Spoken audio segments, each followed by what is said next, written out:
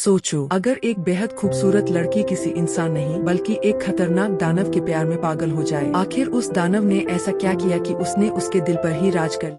कहानी की शुरुआत एक भव्य महल से होती है जहां एक राजकुमार रहता है। उसे अपनी दौलत और खूबसूरती पर इतना घमंड था कि वह हमेशा दूसरों को अपने से कम समझता था। उसने महल में भी सिर्फ खूबसूरत लड़कियों के आने की इजाजत दे रखी थी। एक रात महल में शानदार पार्टी चल रही होती है। राजकुमार खूबसूरत लड़कियों के साथ नाच रहा होता है। तभी बाहर तेज तूफान और बारिश शुरू हो जाती है। बारिश से बचने के लिए एक गरीब बूढ़ी औरत महल में शरण मांगने आती है। वह राजकुमार को एक गुलाब का फूल देती है और बदले में सिर्फ थोड़ी सी जगह मांगती है। लेकिन राजकुमार उसके बदसूरत चेहरे का मजाक उड़ाते हुए गुलाब को जमीन पर फेंक देता है। बूढ़ी औरत उसे समझाती है कि असली खूबसूरती चेहरे में नहीं बल्कि इंसान के दिल में होती है, मगर राजकुमार उसकी एक भी बात नहीं सुनता और सबके सामने उसका अपमान करता रहता है। यह देखकर बूढ़ी औरत समझ जाती है कि इस राजकुमार के दिल में जरा भी दया नहीं है। तभी वह अपना असली रूप दिखाती है और एक बेहद खूबसूरत जादूगरनी बन जाती है। वह तुरंत घुटनों पर बैठकर जादूगरनी से माफी मांगने लगा है, लेकिन अब बहुत देर हो चुकी थी। कुछ ही पल पहले जब जादूगरनी ने उससे सिर्फ एक गुलाब के बदले थोड़ी सी दया मांगी थी। अपमान से गुस्से में आकर जादूगरनी अपने जादू से राजकुमार को एक भयानक जानवर यानी बीस्ट में बदल देती है। सिर्फ इतना ही नहीं, वह उन सभी लोगों की यादों से भी राजकुमार का अस्तित्व मिटा देती है जो उसे जानते थे। तभी पता चलता है कि वह गुलाब कोई साधारण फूल नहीं बल्कि एक जादुई गुलाब था। उसे ठुकराने की सजा के रूप में ही राजकुमार को यह श्राप मिला था। जादूगरनी कहती है कि यह श्राप तभी टूटेगा लेकिन अगर आखिरी पंखुड़ी गिर गई और ऐसा नहीं हुआ तो वह हमेशा के लिए इसी रूप में कैद होकर रह जाएगा और कभी इंसान नहीं बन पाएगा। इसी बीच कहानी का रुख महल के पास बसे एक छोटे से गांव की तरफ मुड़ता है जहां बेल नाम की एक लड़की रहती है। बेल को किताबें पढ़ने का बेहद शौक था और आज भी वह नई किताब लेने गाँव की दुकान पर जा रही थी। बेल अपने पिता के साथ रहती है जो एक आविष्कारक और डिजाइनर है। दोनों एक दूसरे से बहुत प्यार करते हैं। इसी गाँव में गैस्टोन नाम का एक घमंडी युवक भी रहता है। वह बेल से शादी करना चाहता है लेकिन बेल उसे बिल्कुल पसंद नहीं करती क्योंकि गैस्टोन स्वार्थी और घमंडी था, इसलिए बेल हमेशा उसे नजरअंदाज कर देती थी। मगर गैस्टोन हार मानने वालों में से नहीं था। उसने किसी भी कीमत पर बेल से शादी करने की ठान रखी थी। एक दिन बेल के पिता किसी जरूरी काम से जंगल के रास्ते शहर जा रहे होते हैं। रास्ते में उनका रास्ता भटक जाता है। तभी उन्हें सामने एक दूसरा रास्ता दिखाई देता है। उन्हें लगा है कि शायद यही शॉर्टकट होगा, इसलिए वे उसी रास्ते पर आगे बढ़ जाते हैं। कुछ दूर जाने के बाद जंगल से अजीब अजीब आवाजें आने लगती है। जब वे पीछे मुड़कर देखते हैं तो पता चलता है कि कई खतरनाक भेड़िए उनका पीछा कर रहे हैं। अपनी जान बचाने के लिए वे घोड़ा गाड़ी को पूरी रफ्तार से दौड़ा देते हैं। भागते भागते वे एक विशाल महल के सामने पहुंच जाते हैं। यह वही रहस्यमय महल था जिसे हमने कहानी की शुरुआत में देखा था। इतने बड़े महल को देखकर बेल के पिता हैरान रह जाते हैं। जब वे अंदर जाते हैं तो वहाँ कोई दिखाई नहीं देता, लेकिन अजीब बात यह थी कि पूरे महल में गर्माहट थी। चिमनी में आग जल रही थी और सब कुछ ऐसा लग रहा था जैसे वहाँ कोई रहता हो। उन्हें यह सब थोड़ा अजीब जरूर लगा है लेकिन वे ज्यादा ध्यान नहीं देते। तभी उनकी नजर खाने की मेज पर पड़ती है जहाँ तरह तरह के स्वादिष्ट व्यंजन सजे हुए थे, मानो कोई अभी उन्हें खाने आने वाला हो। लंबे सफर की वजह से उन्हें बहुत भूख लगी थी, इसलिए वे बिना कुछ सोचे मेज पर बैठ जाते हैं और खाना खाने लगते हैं। अचानक मेज पर रखा एक कप अपने आप उनकी तरफ बढ़ने लगा है। इतना ही नहीं, वह उनसे बातें भी करने लगा है। यह नजारा देखकर बेल के पिता बुरी तरह घबरा जाते हैं और डर के मारे वहाँ से भागने लगते हैं। अब सवाल उठता है कि आखिर वह कब बोल कैसे रहा था। दरअसल महल में मौजूद हर चीज पहले इंसान हुआ करती थी, लेकिन एक जादूगरनी के श्राप की वजह से वे सभी चीजों में बदल गए थे। इसी बीच बेल के पिता महल से बाहर निकलते हैं और गार्डन में खिले सफेद गुलाबों को देखते हैं। उन्हें याद आता है कि बेल ने उनसे एक फूल लाने को कहा था, इसलिए वह चुपके से एक गुलाब तोड़ लेते हैं। लेकिन जैसे ही वह फूल तोड़ते हैं तभी वहाँ बीस्ट आ जाता है। अपने गार्डन से गुलाब तोड़ने पर बीस्ट बहुत गुस्सा हो जाता है और उसी जुर्म में बेल के पिता को कैद कर देता है। हालांकि उनका घोड़ा वहाँ से भाग निकलता है और सीधे बेल के घर पहुँच जाता है। जब बेल घोड़े को अकेला लौटते हुए देखती है और उसके पिता साथ नहीं होते तो वह तुरंत समझ जाती है कि वे किसी मुसीबत में हैं। इसलिए वह बिना देर किए घोड़े पर सवार होकर उन्हें ढूंढने निकल पड़ती है। घोड़ा उसे जंगल के रास्ते उसी महल तक ले आता है जहाँ उसके पिता कैद है। महल के अंदर पहुंचकर बेल चारों तरफ देखती है लेकिन उसे वहाँ कोई दिखाई नहीं देता। वह कई बार आवाज लगाती है मगर कोई जवाब नहीं मिलता।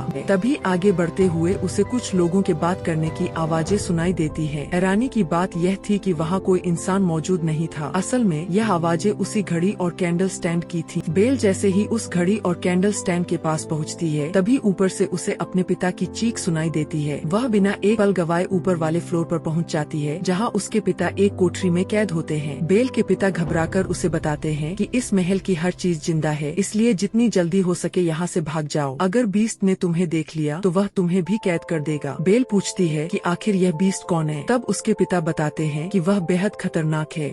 तभी वहाँ बीस्ट आ जाता है। उसका डरावना रूप देखकर बेल घबरा तो जाती है, लेकिन वह अपने डर को छिपाकर हिम्मत से उसके सामने खड़ी रहती है। बेल अपने पिता से मिलने की इजाजत मांगती है, मगर बीस्ट मना कर देता है। तब बेल कहती है कि सिर्फ एक गुलाब के लिए किसी को उम्र भर कैद करना गलत है। वह बताती है कि फूल उसके कहने पर तोड़ा गया था, इसलिए सजा उसके पिता को नहीं बल्कि उसे मिलनी चाहिए। लेकिन बीस्ट उसकी बात नहीं मानता। वह सिर्फ बीस्ट इतना कहकर कोठरी का दरवाजा खोल देता है। बेल तुरंत अंदर जाकर अपने पिता को गले लगा लेती है। फिर वह बड़ी समझदारी से उन्हें बाहर धक्का दे देती है और खुद कोठरी के अंदर रहकर दरवाजा बंद कर देती है। बीस्ट पहले ही कह चुका था कि एक बार दरवाजा बंद हो गया तो दोबारा कभी नहीं खुलेगा, इसलिए अब वह बेल के पिता को वापस कैद नहीं कर सकता था। बेल के पिता हैरानी से पूछते हैं कि तुमने ऐसा क्यों किया। तब बेल कहती है कि इस समय आपका बाहर रहना ज्यादा जरूरी है। इसके बाद उसके पिता वहाँ से निकल जाते हैं और वादा करते हैं कि वह जल्द ही मदद लेकर उसे छुड़ाने वापस आएंगे। अब बेल महल में कैद हो चुकी थी। तभी बीस्ट वहाँ से चला जाता है और उसके जाते ही घड़ी और कैंडल स्टैंड बेल के पास आ जाते हैं। दरअसल ये दोनों पहले इंसान थे, लेकिन जादूगरनी के श्राप की वजह से घड़ी और कैंडल स्टैंड में बदल गए थे। फिर भी वे इंसानों की तरह चल सकते थे, बोल सकते थे और हर काम कर सकते थे। दोनों बेल के पास आकर उसे डरने की बजाय उनके साथ चलने के लिए कहते हैं। शुरुआत में बेल काफी घबरा जाती है, क्योंकि उसे समझ नहीं आता कि आखिर यह सब कैसे हो रहा है, लेकिन फिर वह हिम्मत करके उनके पीछे चल पड़ती है। वे दोनों उसे महल के एक शानदार कमरे में ले जाते हैं और कहते हैं कि अब वह यही रह सकती है। लेकिन जब बीस्ट को इस बात का पता चलता है तो वह बहुत गुस्सा हो जाता है और घड़ी व कैंडल स्टैंड को डांटना शुरू कर देता है। घड़ी और कैंडल स्टैंड को पूरा यकीन था कि यही वह लड़की है जो उन सभी को इस श्राप से आजाद करा सकती है। इसलिए वे बीस्ट को समझाते हैं कि उसे बेल के करीब जाना चाहिए, उससे अच्छे से बात करनी चाहिए और उसे खाने पर बुलाकर उसका दिल जीतने की कोशिश करनी चाहिए। यह सुनते ही बीस्ट भड़क उठता है। वह गुस्से में कहता है कि क्या तुम दोनों पागल हो गए हो? क्या मैं एक चोर की बेटी को खाने पर बुलाऊंगा और उसके साथ बैठकर खाना खाऊंगा? ऐसा कभी नहीं होगा। लेकिन जब महल के बाकी लोग भी उसे यही सलाह देते हैं तो आखिरकार वह मान जाता है, क्योंकि वह जानता था कि महल में मौजूद सभी लोगों की इस हालत का जिम्मेदार वही है। अगर उसने उस दिन बूढ़ी औरत का फूल ठुकराया न होता तो आज किसी पर भी यह श्राप नहीं लगा। इसके बाद बीस्ट बेल के कमरे के बाहर जाकर दरवाजा खटखटाता है और कहता है कि वह उसके साथ खाना खाए। फिर तुरंत कहता है कि इसे कोई विनती मत समझना। यह सुनकर बेल साफ मना कर देती है। वह कहती है कि पहले तुमने मेरे पिता को कैद किया, फिर मुझे बंदी बना लिया और अब मेरे साथ खाना खाना चाहते हो। ऐसा कभी नहीं होगा। बेल की बात सुनकर बीस्ट गुस्से से दरवाजा पीटने लगा है और कहता है कि चाहे कुछ भी हो जाए उसे उसके साथ खाना ही पड़ेगा। लेकिन बेल भी अपनी बात पर अड़ी रहती है। वह कहती है कि चाहे वह भूखी ही क्यों न मर जाए, फिर भी उसके साथ खाना नहीं खाएगी। यह सुनकर बीस्ट का गुस्सा और बढ़ जाता है। वह कहता है ठीक है, अब तुम्हें भूखा ही रहना होगा। फिर वह सभी को आदेश देता है कि बेल को कोई भी खाना न दे और उसे भूखा ही रहने दो। इतना कहकर बीस्ट वहाँ से चला जाता है। बीस्ट के जाने के बाद घड़ी, कैंडल स्टैंड और महल की बाकी चीजें काफी मायूस हो जाती है, क्योंकि उन्हें लगता है कि श्राप से आजाद होने की उनकी आखिरी उम्मीद भी खत्म हो गई। इसी बीच बीस्ट उस जादुई गुलाब के पास पहुंचता है। वह देखता है कि उसकी कई पंखुड़ियां पहले ही गिर चुकी है और अब सिर्फ कुछ ही बची है। यह देखकर वह बेहद उदास हो जाता है। दरअसल यही वह जादुई फूल था जो जादूगरनी ने दिया था। अगर इसकी आखिरी पंखुड़ी गिरने से पहले किसी लड़की को बीस्ट से प्यार नहीं हुआ तो बीस्ट के साथ साथ महल में मौजूद सभी श्रापित लोग जो इस समय घड़ी, टेबल, अलमारी और कैंडल स्टैंड जैसी चीजों में बदल चुके थे, हमेशा के लिए खत्म हो जाएंगे। वहीं दूसरी तरफ बेल के पिता किसी तरह अपने गांव वापस पहुंच जाते हैं। वह गांव वालों को बताते हैं कि उनकी बेटी की जान खतरे में है। जंगल के पास एक महल में रहने वाले बीस्ट ने उसे कैद कर रखा है। लेकिन उनकी बात सुनकर सभी लोग उनका मजाक उड़ाने लगते हैं और कोई भी उन पर विश्वास नहीं करता। तभी गैस्टन, जो बेल से शादी करना चाहता था, आगे आता है। वह बेल के पिता से कहता है कि उसे उनकी बात पर भरोसा है और वह उनके साथ बेल को बचाने जरूर जाएगा। इसके बाद गैस्टन अपने एक साथी और बेल के पिता के साथ जंगल के रास्ते महल की ओर निकल पड़ता है। लेकिन रात के अंधेरे में बेल के पिता वही रास्ता भूल जाते हैं जिससे वे पहले महल तक पहुँचे थे। यह देखकर गैस्टन का गुस्सा बढ़ने लगा है और गैस्टन गुस्से में बेल के पिता से कहता है कि उनका दिमाग खराब हो गया है। जंगल में कोई बीस्ट बीस्ट नहीं रहता और उन्होंने बेवजह उसका समय बर्बाद किया है। फिर वह कहता है कि वह बेल से प्यार करता है और उसी से शादी करना चाहता है, लेकिन बेल के पिता साफ मना कर देते हैं और कहते हैं कि उनके रहते ऐसा कभी नहीं होगा। यह सुनकर गैस्टन अपना आपा खो देता है। वह बेल के पिता को मुक्का मारकर गिरा देता है, फिर उन्हें एक पेड़ से बांधकर वहीं मरने के लिए छोड़ देता है, क्योंकि वह इलाका भेड़ियों से भरा हुआ था। लेकिन अगली सुबह एक महिला जिसका नाम अता था वहाँ पहुँचती है। उसे पहले ही गाँव से निकाल दिया गया था। जब वह बेल के पिता को बंधा हुआ देखती है तो उन्हें आजाद कर उनकी जान बचा लेती है। उधर महल में एक छोटा चाय का कप बेल के पास आता है और उसे समझाता है कि बीस्ट दिखने में भले डरावना हो लेकिन दिल का बुरा नहीं है। इसके बाद महल की बाकी चीजें भी बेल को अपने साथ दूसरे कमरे में ले जाती है, जहाँ वे उसे खाना खिलाते हैं। तभी बीस्ट वहाँ पहुँचता है। वह यह सब देखता तो है लेकिन बिना कुछ कहे चुपचाप वापस चला जाता है। रात में जब बेल अपने कमरे की ओर लौट रही होती है तभी उसकी नजर पास के एक बंद कमरे पर पड़ती है। वह उत्सुक होकर उसके अंदर चली जाती है। यही वह कमरा था जहाँ जादुई गुलाब रखा हुआ था। बेल धीरे धीरे उस फूल के पास पहुँचती है और जैसे ही उसे छूने वाली होती है तभी बीस्ट वहाँ आ जाता है। वह गुस्से में बेल को डांटते हुए कहता है कि उसे बिल्कुल भी अंदाजा नहीं है कि वह क्या करने जा रही थी।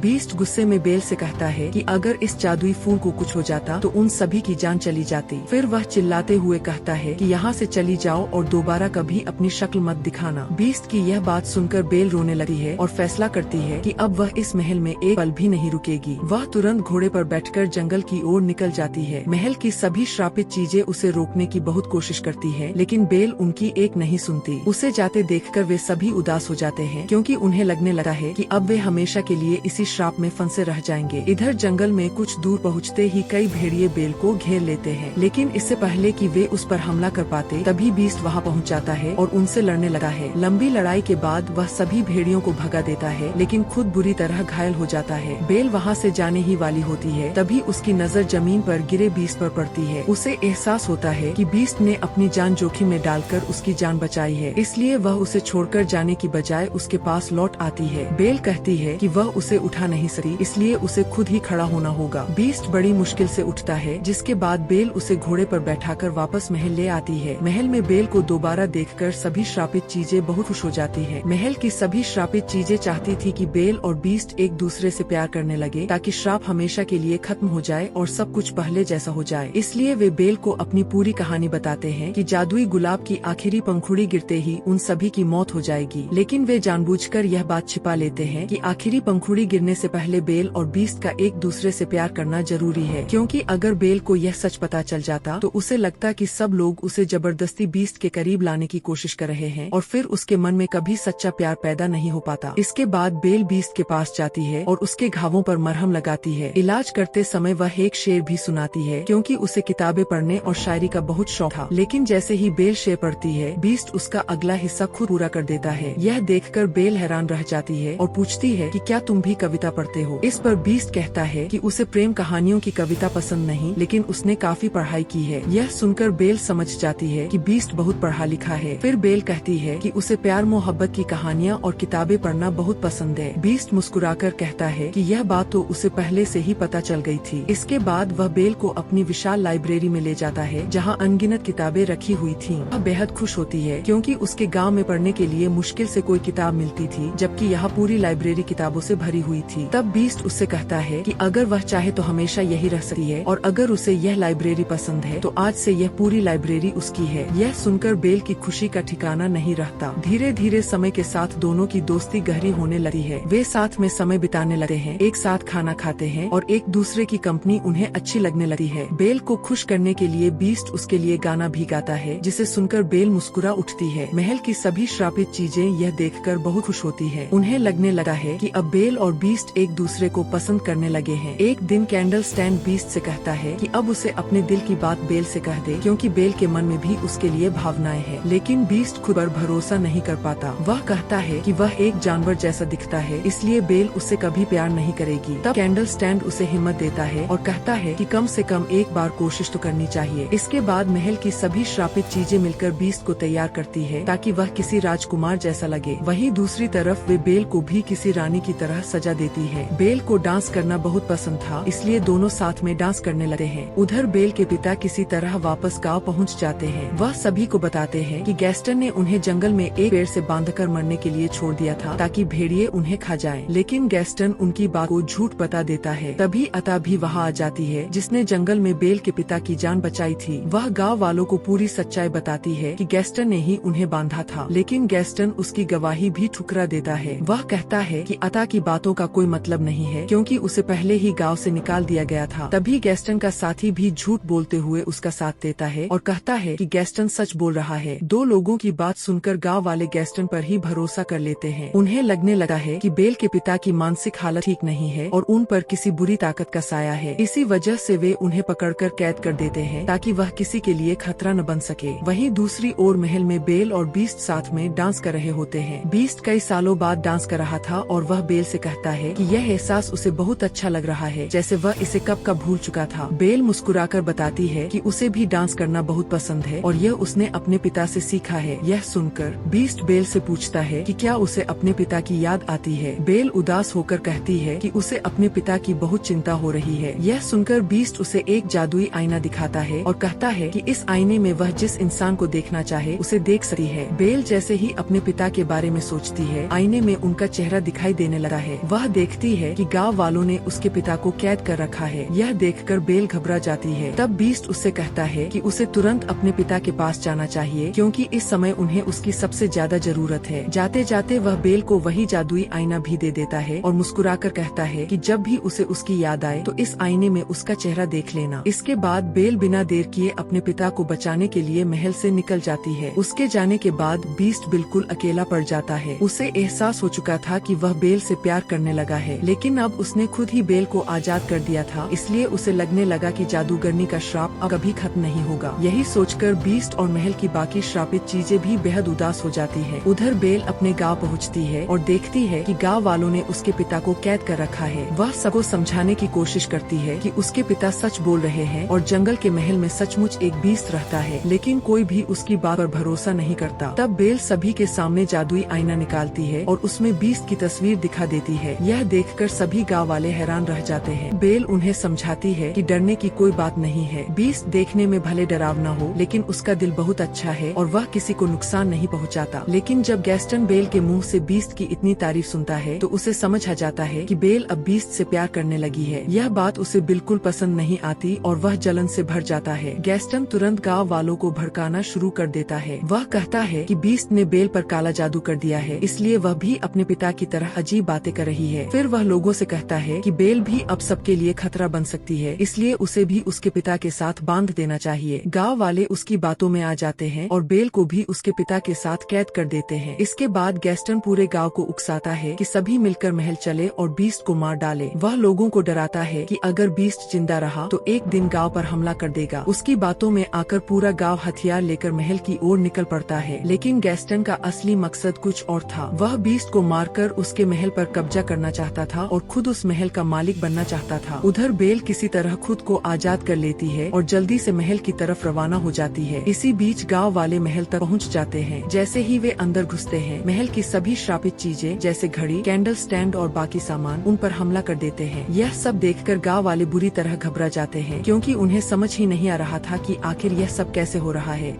गांव वाले यह सब देखकर डर जाते हैं, क्योंकि उनके सामने कोई इंसान नहीं बल्कि खुद ब खुद चलने वाली बेजान चीजें लड़ रही थीं। इसी बीच गैस्टन बीस्ट तक पहुंच जाता है, लेकिन उस समय बीस्ट पूरी तरह टूटा हुआ था। बेल के जाने के बाद उसका किसी भी चीज में मन नहीं लग रहा था और वह सिर्फ उसी को याद कर रहा था। गैस्टन उसे भड़काते हुए कहता है कि क्या उसे सच में लगा है कि बेल उससे प्यार करती है। फिर वह झूठ बोलता है कि बेल ने ही गाँव वालों को उसे मारने के लिए भेजा है। यह सुनकर बीस्ट पूरी तरह निराश हो जाता है। तभी गैस्टन उस पर गोली चला देता है। गोली लगते ही बीस्ट नीचे गिरने लगा है, लेकिन आखिरी समय पर वह छत की एक लकड़ी पकड़ लेता है। गैस्टन दूसरी गोली चलाने ही वाला होता है कि तभी बेल वहां पहुंच जाती है। वह तुरंत गैस्टन का हाथ पकड़ लेती है ताकि वह बीस्ट पर गोली न चला सके। दोनों के बीच धक्का मुक्की होने लगती है और इसी दौरान गैस्टन का पैर फिसल जाता है। उसकी बंदूक हाथ से छूट जाती है और नीचे गिर जाती है। उधर बीस्ट भी ऊपर चढ़ने की कोशिश करता है। तभी बेल उसे आवाज देती है और कहती है कि उसने गाँव वालों को रोकने की बहुत कोशिश की थी, लेकिन कोई उसकी बात मानने को तैयार नहीं था। यह सुनते ही बीस्ट समझ जाता है कि गैस्टन ने उससे झूठ कहा था। बेल ने कभी भी उसे मरवाने की कोशिश नहीं की। बेल को सामने देखकर बीस्ट के अंदर फिर से हिम्मत लौट आती है। वह गैस्टन का सामना करता है, उसे गर्दन से पकड़कर हवा में उठा लेता है और महल की ऊंची दीवार से नीचे फेंकने ही वाला होता है। तभी गैस्टन डरकर उससे अपनी जान की भीख मांगने लगा है। लेकिन बीस्ट अब पहले जैसा नहीं रहा था। उसका दिल पूरी तरह बदल चुका था, इसलिए वह गैस्टन पर दया करता है और उसकी जान बख्शते हुए कहता है कि यहाँ से चला जाओ। गैस्टन तुरंत वहाँ से भाग जाता है, लेकिन जाते जाते वह मौका देखकर पीछे से बीस्ट पर 2 गोलियां चला देता है। गोली लगते ही बीस्ट जमीन पर गिर पड़ता है। उसी समय जिस जगह गैस्टन खड़ा था वह टूट जाती है और वह भी गहरी खाई में गिर जाता है। इतनी ऊंचाई से गिरने की वजह से उसकी वही मौत हो जाती है। इधर बेल दौड़कर बीस्ट के पास पहुंचती है और उसे बचाने की कोशिश करती है, लेकिन बीस्ट बुरी तरह घायल हो चुका था और उसकी आखिरी सांसें चल रही थीं। बेल रोते हुए कहती है कि अब वह उसे कभी छोड़कर नहीं जाएगी, लेकिन बीस्ट कहता है कि अब उसके जाने का समय आ गया है। तभी जादुई गुलाब की आखिरी पंखुड़ी भी नीचे गिर जाती है। पंखुड़ी गिरते ही बीस्ट पूरी तरह शांत हो जाता है और महल की सभी जादुई चीजें भी बेजान हो जाती है। बीस्ट को इस हालत में देखकर बेल टूट जाती है। वह रोते हुए अपने प्यार का इजहार करती है और कहती है कि वह उससे बहुत प्यार करती है। इतना कहकर वह बीस्ट को किस कर लेती है। तभी वहाँ अता भी पहुँच जाती है। यही वह महिला थी जिसे गाँव से निकाल दिया गया था। लेकिन अब कहानी में सबसे बड़ा राज सामने आता है। पता चलता है कि अता कोई साधारण औरत नहीं बल्कि वही जादूगरनी थी जिसने कभी बीस्ट को श्राप दिया था। जादूगरनी यह देखकर मुस्कुरा उठती है कि आखिरकार बीस्ट को सच्चा प्यार मिल चुका है और बेल भी पूरे दिल से उससे प्यार करने लगी है। इसका मतलब था कि श्राप टूट चुका था। तभी बीस्ट के चारों तरफ तेज रोशनी फैलने लगी है और देखते ही देखते वह फिर से एक खूबसूरत राजकुमार में बदल जाता है। बीस्ट को उसके असली रूप में देखकर बेल की खुशी का ठिकाना नहीं रहता और दोनों एक दूसरे को गले लगा लेते हैं। उधर महल में मौजूद सभी श्रापित चीजें भी धीरे धीरे अपने असली इंसानी रूप में वापस आने लगी है। पूरे महल में खुशी का माहौल छा जाता है। आखिरकार सभी लोग श्राप से आजाद हो चुके थे। इसके बाद बेल और राजकुमार सभी के साथ खुशियाँ मनाते हैं और डांस करते हैं। इसी खूबसूरत पल के साथ इस फिल्म की कहानी यहीं खत्म होती है। अगर आपको यह वीडियो पसंद आई हो तो चैनल को सब्सक्राइब करना और वीडियो को लाइक करना बिल्कुल मत भूलिएगा।